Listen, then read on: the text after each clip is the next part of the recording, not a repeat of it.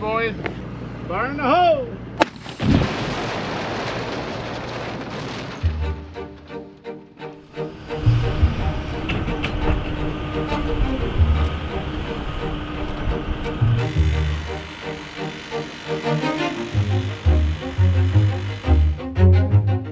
Been planning it for the last 3 to 4 years. It's more cow beds so we can make our herd larger and take care of some of our overcrowding as well. We are in a position where we're having to turn down prospective customers, and we took a hard look at that and looked at the customer base that would be out there and feel that this was worthy of doing that. Just you wait to listen for the storm. When the dark clouds form and start to turn, I'll run again.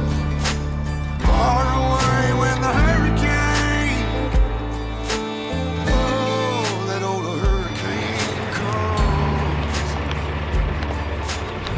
You know, we have a lot going into fans and curtain systems and ventilation control and stalls and stall mats. There's a lot to it. It's not just a barn that goes up that you throw cows into.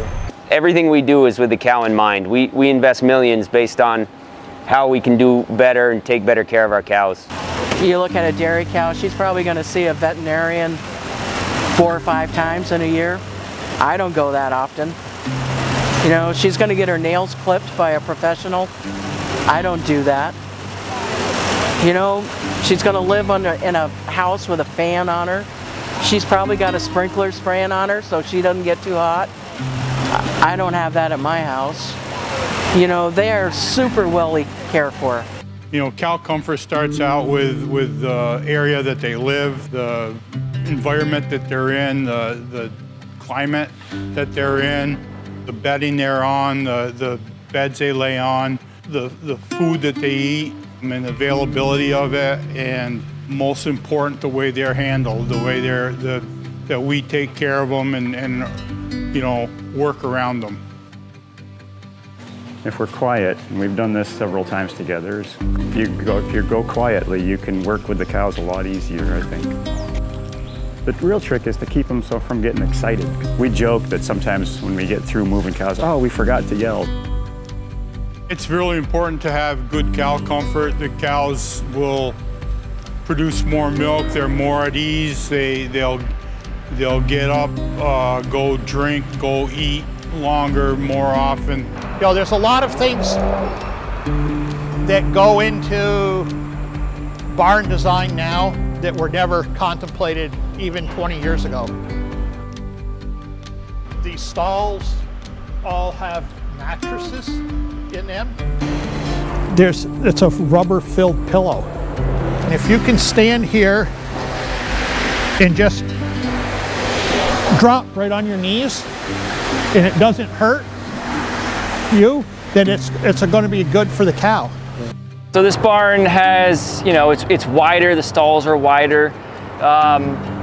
It's got longer stall beds than typical. This floor was poured flat, and they had a machine come in and saw the grooves. So as their foot goes along, it catches so that they don't split. People always ask, how often do you graze your cows and such? And I explain that there's a couple months out of the year when you can effectively graze a large herd in Vermont. Where do cows go in the summertime?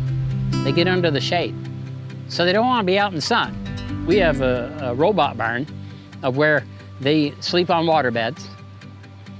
They have these big fans that move air. The walls are all down, so they're in shade all the time. They got moving air all the time. They got fresh water all the time. And they can get milk whenever they want to get milk. Everything we do, cows come first, everything. We've got an insulated ceiling, more fans, so it's just a lot to do with ventilation and temperature control, and so the cows are more comfortable in here. If you got cows that are going out on the pasture all the time, you have to provide a surface and a growth and forage out in the field that is going to sustain them. And if you want to try to harvest milk off of that, then that nutrition has to be dense enough out in the pasture for you to be able to sustain the maintenance, the pregnancy. It could be a little bit wetter of a forage or drier of a forage. And how we include that in the dairy cow's diet based off of that dry matter is going to be very important. That's going to affect how much carbohydrates, how much sugar she's going to get, and how much total energy she's going to consume at the end of the day. Something's a little bit drier, you might have to add water into the ration or different commodities as well. Do we know what I talk about when I say commodities? Yeah. Not everybody does. Not everybody though, right? So you add your water, you add like minerals, like something we call Red Dog, you add that into it, your cornmeal and all that stuff. Absolutely. Cornmeal, molasses, whey. People think they have good nutrition.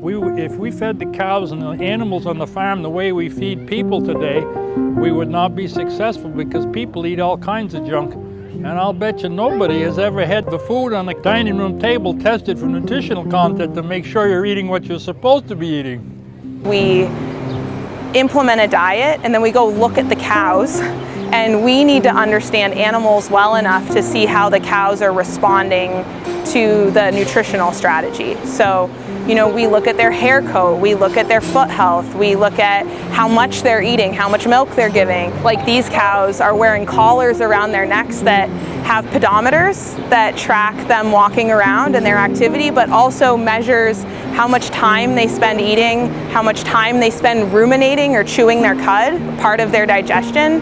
And I can go in the computer and see, did my nutritional strategy improve the health of that cow's digestive system, because the collar was able to track it for me. There's so much care. People don't do this kind of living if they don't care about it. It's too hard to do it. It's not, nobody's in it for the money, nobody's in it for anything but the labor of love. You can help Vermont's farmers by choosing local products, visiting our farms, and sharing this video. Join us in preserving this critical part of our Vermont way of life. Please take the time to call, write, or visit your legislators and share this video to support our working lands initiatives. Produced by Monument Farms in association with the Vermont Dairy Promotion Council and the Vermont Dairy Producers Alliance. Stay tuned. Episode 5 comes March 2nd. Monument Farms, delivering nature's most perfect food since 1930.